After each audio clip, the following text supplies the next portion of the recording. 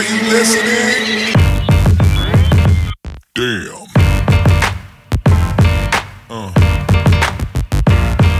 Yeah.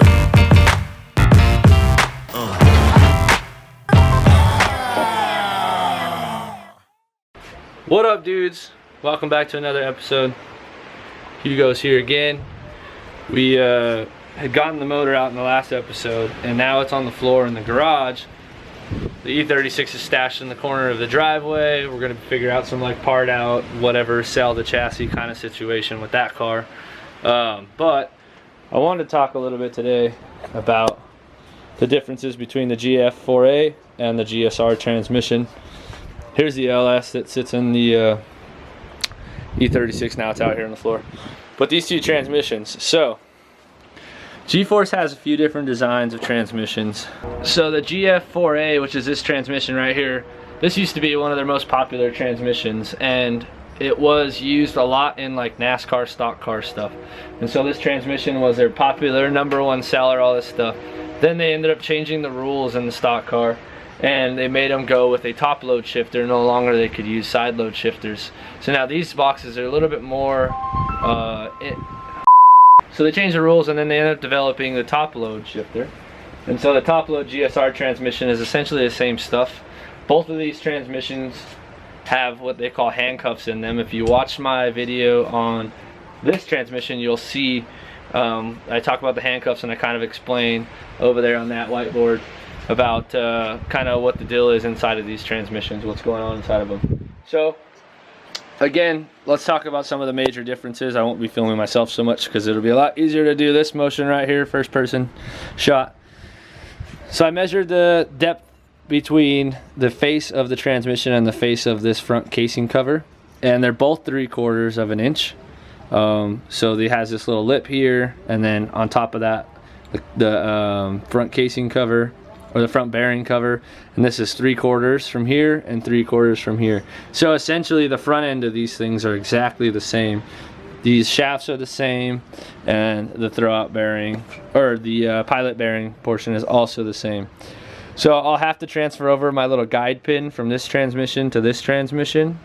This only has 3 bolts on the front bearing cover, where this transmission has 4 bolts on the cover. Obviously the major difference is the shifter location and how the shifters work. So this shifter has a rod that comes down and goes into the top here, and it has all your selectors and your forks. This transmission has all your rods that come down the side, and then inside this casing is, inside this cover here rather, there's your shifter forks and selectors and stuff. And so both of these are dog boxes. Both of them are still dog boxes. Both of them still have dog rings instead of synchros. They both have spur cut gears in them. And again, you can go back and learn about all that stuff on my other video. But these transmissions are both beast. A lot of pros run this one. I think Otis McDonald still runs the GF4A. And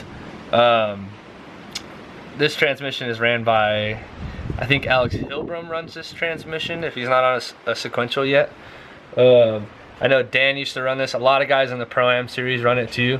Alex Grimm, one of my fellow Holdfast drivers, he runs this transmission. Who else has this?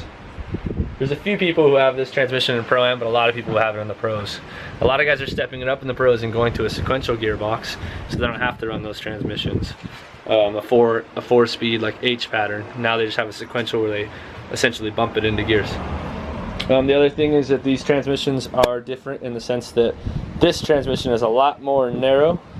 The GSR is a lot more narrow, so it'll fit in your trans tunnel a little easier, and then it'll keep the shifter location. So it's a little narrower, it'll fit right into your stock transmission housing, your tranny tunnel. And then if you get the right offset spacer here, which the guys over at Tex Racing and G-Force can make you this, or they have them already made actually, and they just have different sets, so they can set it further back so that your shifter can fall straight into the stock shifter hole. It's a little hard to measure. It might be one of those things where you buy the box, throw it in, get the measurement, call them back, and have them send you out all these pieces to relink it all up. This transmission here is essentially the same thing. This is the same piece here as this piece would be here. So this carrier and this carrier. The GF4A is a little bit wider set. You have a lot more stuff going on next to you. It also offsets your shifter to the left so it gets real close to the side of your leg when you're shifting in your car. If you're not worried about it, this transmission I believe retails around $4,500 to $4,600 to $4,800. And then this transmission here, retail, the GSR, retails in around $7,500 brand new. Both of these boxes are rebuilt. I'm on a driver's program with G-Force and Tex Racing. So both of these boxes are rebuilt. They're both geared exactly the same, so I shouldn't see any major difference in the actual, well, actually I'll see no difference at all.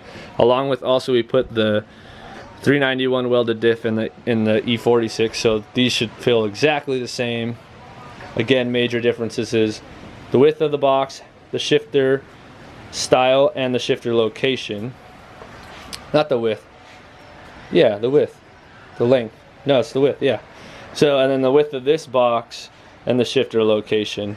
Also, the top of the GSR box projects a little higher, where the G4A1 sits a little bit lower. But they're both super strong, bulletproof transmissions.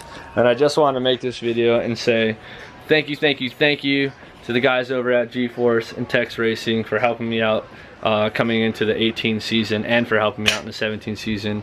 Extremely helpful. Longevity, reliability is your best friend in a series. It's just how it works. You collect points, and if your transmission breaks and blows up, then you're not going to make it to the next round unless you have money or another resource. But if you just stop playing and you get yourself one of these boxes here, you won't have any issues like that. They'll pretty much hold up to almost anything you can throw at them. We have, I think, around 420 horsepower to the wheels, and we're clutch kicking the crap out of it. No guibos, no kind of cushion, no clutch delay valves, which probably isn't the best idea, but it all holds up. Haven't had a single problem with this transmission, and I'm looking forward to using the GSR box for this next season. We're gonna mate it up soon, and we'll probably do some like throwout bearing gapping, and I'll run you guys through all that. But these boxes are sick. To get a G4, to get a G4A, you can talk to the guys over there at Tex Racing or G4 South. You can ask for Eddie, and he'll be able to help you set up whatever gearing you want on the insides of it. They'll even dyno the transmission before they send it to you. To get a T56 around here in Southern California is around like 3,500 bucks. And I have a couple of homies who have them, who keep blowing gears and messing up stuff inside of them. So the difference between 35 and 45 is, yeah, it's $1,000, but you pay it once and you'll have the transmission for God knows how long, until you sell your car. And even then, most guys pull the transmissions out of their cars and sell their cars without them because the transmissions are so great. So think about it when you're going to build anything. If you're building a strong JZ motor, they sell bell housings and stuff like that. If you're building an LS, I would definitely consider getting into one of these boxes. Again, they are on the pricier side, but not in the long run. In the long run, they really make a big difference in your driving, in the longevity of your car, and just the ease and peace of mind. It's so nice having one of these. So again, thank you, Eddie and the guys over at G4 South. This has been another episode, dudes. I'm signing out. Later, my bros.